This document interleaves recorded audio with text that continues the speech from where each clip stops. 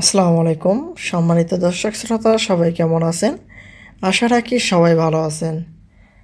আজকে আপনাদের মাঝে সর্বশেষ যে আপডেট নিয়ে হাজির হয়েছি সেটি হচ্ছে মহার্ঘ ভাতা নিয়ে। মহার্ঘ ভাতা সচিব পর্যায় থেকে পিয়ন পর্যন্ত সবাই মহার্ঘ ভাতা পাবেন এ বিষয়ে একটি পত্রিকায় বিস্তারিত বলা হয়েছে। আপনাদের মাঝে আজকে জানিয়ে দেওয়ার চেষ্টা করব। আশা করি ভিডিওটি মনোযোগ সহকারে শেষ পর্যন্ত দেখার চেষ্টা করবেন। আর আমাদের চ্যানেলটিতে নতুন হয়ে থাকলে অবশ্যই চ্যানেলটি সাবস্ক্রাইব করে পাশে থাকা বেল আইকনটি অন করে রাখবেন। এখন দেখি বিস্তারিত কি বলা হয়েছে। সচিব থেকে পিএন পর্যন্ত সরকারি কর্মকর্তা কর্মচারী মহার্ঘ ভাতা পাবেন বলে জানিয়েছেন জনপ্রশাসন মন্ত্রণালয়ের সিনিয়র সচিব মোহাম্মদ মোখলেছুর রহমান। তিনি জানান, সচিব থেকে পিয়ন পর্যন্ত সবাই এই ভাতা পাবেন, তবে হয়তো এটি স্ল্যাব করা হবে।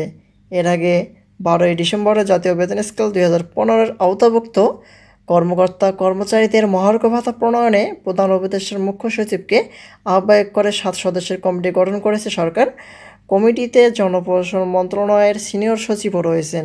কমিটির কার্যপরিধিতে বলা হয়েছে, কমিটি মহার্ঘ ভাতার প্রযোজ্যতা ও প্রাপ্যতার বিষয়ে পর্যালোচনা করবেন এবং প্রয়োজনীয় সুপারিশ দাখিল করবেন এবং কমিটি প্রয়োজনে এক বা একাধিক কর্মকর্তাকে কো-অপ্ট করতে পারবেন।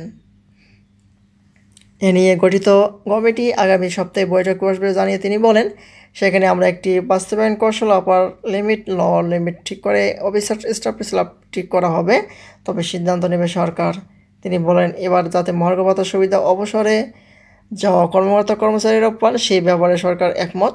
এটা অত্যন্ত সময় উপযোগী, যাতে এটা ইমিডিয়েট দেওয়া যায়। আমাদের চেষ্টা থাকবে অল্প সময়ের মধ্যে সরকারকে সাজেশন দেওয়া, যাতে বাস্তবায়ন করতে পারে। এটা যত তাড়াতাড়ি করা যায় তত ভালো। তিনি আরও বলেন, পেনশনদারের এবার অন্তর্ভুক্ত করা হবে, কারণ তারা এমনিতেই অসুস্থ, তাদের নানা ধরনের খরচ, চিকিৎসা ভাড়া, কিন্তু তাদের কোনো উপার্জন নেই, তাদের টাকার বেশি দরকার।